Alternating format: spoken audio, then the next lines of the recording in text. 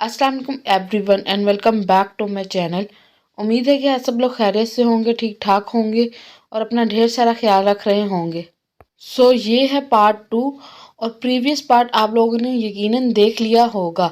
उसमें मैंने आपके साथ बेबी की शॉपिंग शेयर की थी और अब इस पार्ट में मैं आप लोगों के साथ शेयर करूंगी कि मैं बेबी का जो बैग पैक कर रही हूँ उसमें क्या क्या चीज़ें डाल रही हूँ।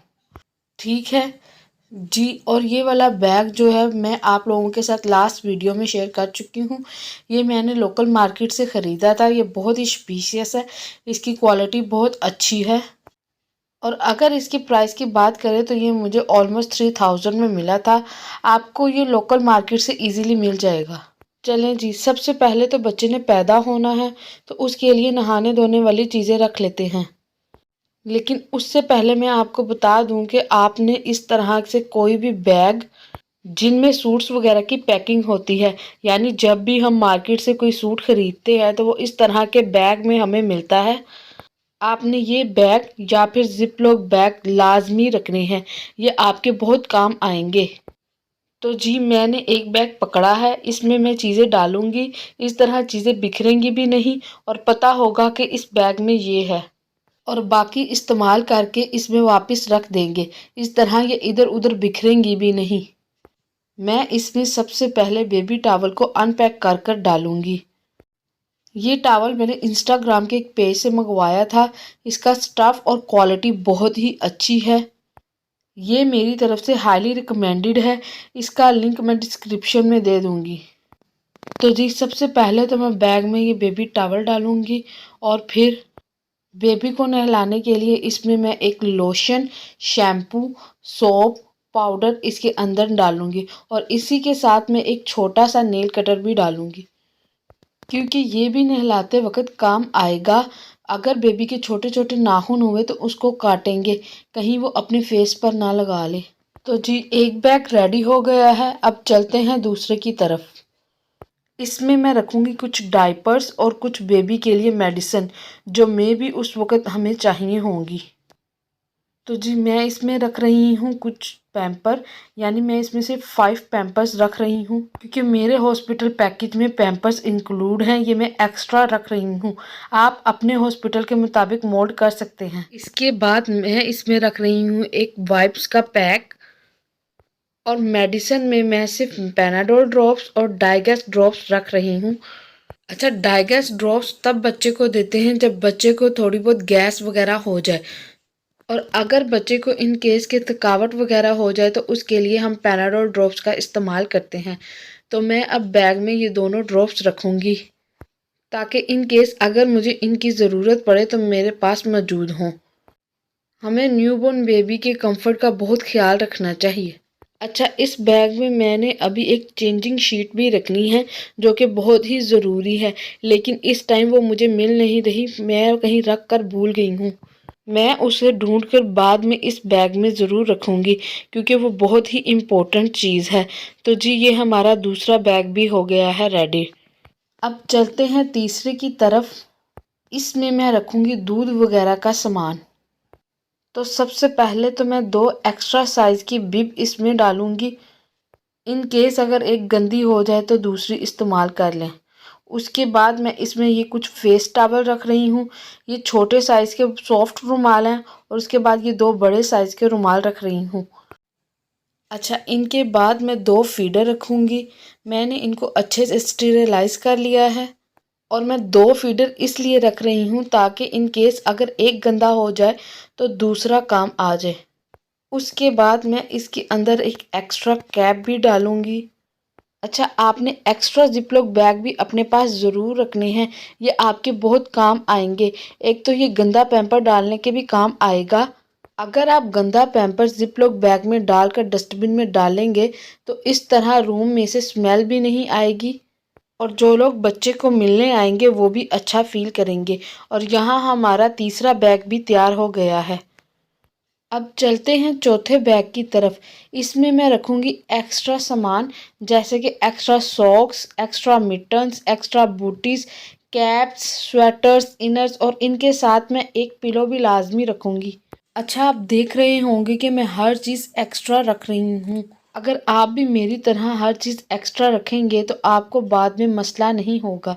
इन केस अगर आपको किसी चीज़ की ज़रूरत पड़ी तो आपको दोबारा से घर फ़ोन नहीं करना पड़ेगा कि इस चीज़ की मुझे ज़रूरत है तो वो मुझे हॉस्पिटल पहुंचा दें। मेक श्योर कि आपके पास हर चीज़ मौजूद हो और वो एक्स्ट्रा भी हो, ताकि अगर आपको ज़रूरत पड़े तो आपके पास ऑलरेडी मौजूद हो। यहाँ पर आप देख सकते हैं कि मैं हर चीज़ के साथ साथ उसके लिए एक्स्ट्रा ड्रेसेस भी रख रही हूँ। इन केस अगर आपका सी सेक्शन होता है तो वो आपको 3 दिनों के बाद डिस्चार्ज करते हैं, और अगर आपकी नॉर्मल डिलीवरी होती है तो वो आपको उसी दिन डिस्चार्ज कर देते हैं। आपने उसके हिसाब से एक्स्ट्रा ड्रेसेस भी रख लेने हैं। मेरा फर्स्ट एक्सपीरियंस है तो मुझे नहीं पता कि मेरी नॉर्मल डिलीवरी होगी या सी सेक्शन होगा, तो मैं इसलिए भी हर चीज़ एक्स्ट्रा रख रही हूँ कि मुझे नहीं पता कि मेरा सी सेक्शन होगा कि नॉर्मल डिलीवरी होगी। अब आती है जी सबसे इम्पोर्टेंट चीज़ कि जब बच्चे ने पैदा होना है तो नर्स को कौन से कपड़े देने हैं। उसको तो स्पेशल अलग बैग में आपने रख लेना है ताकि सब कपड़ों के साथ मिक्स ना हो, क्योंकि कपड़े एक्स्ट्रा भी हमने रखे हैं। और यहाँ पर मैं माशाल्लाह वाली एक कैप रखूँगी, 2 मिटन है, एक बिब है और इसके साथ भी एक कैप है। इसके साथ मैं बूटीज़ वाला ट्राउज़र रख रही हूँ ताकि सेपरेट से मुझे बूटीज़ ना रखनी पड़े। और फिर जो शर्ट है वो मैं ओपन बटन्स वाली रख रही हूँ, क्योंकि कहते हैं कि जब बच्चा पैदा होता है तो उसको नाफ लगी होती है और उसको दिन में 2 से 3 दफ़ा स्प्लिट से साफ़ करना पड़ता है, तो इसलिए उसे ओपन बटन्स वाली शर्ट ही पहनानी चाहिए ताकि नाफ को साफ़ करते वक्त बच्चे को तकलीफ़ ना हो। इन सब चीज़ों के साथ मैं एक रैपिंग शीट भी रखूँगी जिसमें बच्चे को रैप करते हैं। अच्छा, ये जो स्टार्टर सेट है ये 11 पीसेस का सेट था। ये भी मैंने इंस्टाग्राम के एक पेज से ही मंगवाया था। अगर इसके स्टफ़ की बात करें तो इसका स्टफ़ बहुत ही फ़ाइन है और मुझे ये बहुत ही अच्छा लगा। मेरी तरफ से ये हाईली रिकमेंडेड है। इसका लिंक भी मैं डिस्क्रिप्शन में आपके साथ शेयर कर दूँगी। अच्छा, जो स्टार्टर सेट के साथ की कैप है मैं वो इस बैग में नहीं डालूँगी, वो मैं एक्स्ट्रा वाले बैग में डाल दूँगी और इसमें मैं सिर्फ माशाल्लाह वाली कैप डालूँगी क्योंकि वो स्पेशली मैंने फ़र्स्ट डे के लिए ऑर्डर की थी। और यहाँ पर मेरा वो बैग भी तैयार हो गया है जिसमें मैंने फ़र्स्ट डे के कपड़े डाले हैं।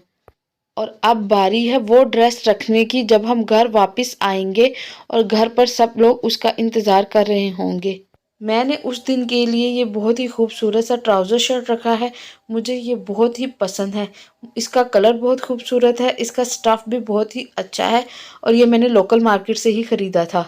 मैं इसको भी एक बैग में ही रख लूँगी ताकि सब कपड़ों के साथ मिक्स ना हो। चलें जी, अब बात कर लेते हैं सबसे इम्पोर्टेंट बात। आपको तो पता है कि जब बच्चा पैदा होता है तो उसको गुड़ती देनी होती है और वो हम सिर्फ़ और सिर्फ शहद से देते हैं, तो उसके लिए शहद रखना भी बहुत ज़रूरी है और मैंने उसके लिए आबे ज़मज़म भी रखा है। जब बच्चा पैदा होगा तो हम उसको आबे ज़मज़म भी पिलाएंगे या फिर हो सकता है कि उसका पहला फीडर भी हम आबे ज़मज़म से ही बनाएं। बाकी सब चीज़ों के साथ साथ ये चीज़ें भी बहुत ज़रूरी हैं, तो मैं इनको बैग में ज़रूर रखूँगी।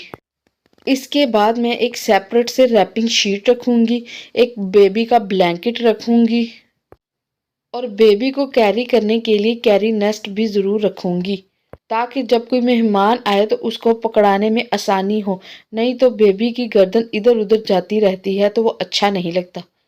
हाँ जी, माशाल्लाह हर चीज़ पैक हो गई है और हर चीज़ देखने में कितनी प्रॉपर तरीके से पैक हुई है। कोई चीज़ बिखरेगी नहीं, आप निकालेंगे और इस्तेमाल करके वापस रख देंगे। ना रूम के अंदर मेस क्रिएट होगा और ना ही ढूंढने में मुश्किल होगी।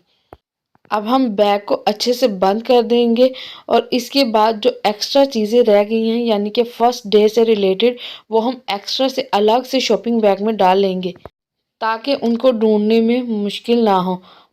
तो सबसे पहले कैरी नेस्ट को मैं रैपिंग से बाहर निकालूंगी और उसको फ़ोल्ड करूंगी और इसके साथ साथ मैं बेबी ब्लैंकेट को फ़ोल्ड करूंगी और उनको शॉपिंग बैग में डालूंगी और फर्स्ट डे का जो ड्रेस है वो भी मैं इसी शॉपिंग बैग में डालूंगी।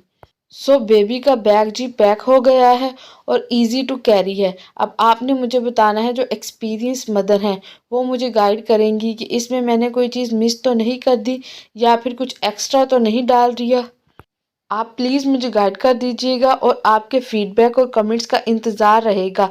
मेरा फ़र्स्ट एक्सपीरियंस है, मुझे इतना ज़्यादा आइडिया नहीं है कि मुझे क्या चीज़ लेकर जानी चाहिए और क्या नहीं लेकर जाना चाहिए। और आपका जो फीडबैक होगा, जो कमेंट्स होंगे या जो भी सजेशंस होंगे, वो मेरे लिए बहुत ज़्यादा इम्पोर्टेंट होंगे और हेल्पफुल होंगे। सो मुझे ज़रूर गाइड कीजिएगा। आप सबकी गाइडेंस जो है वो मेरे लिए बहुत इम्पोर्टेंट है। अपना बहुत ज़्यादा ख्याल रखिएगा और मुझे दुआओं में याद रखिएगा। मिलते हैं आपसे किसी नेक्स्ट वीडियो के साथ, तब तक के लिए अल्लाह हाफिज़।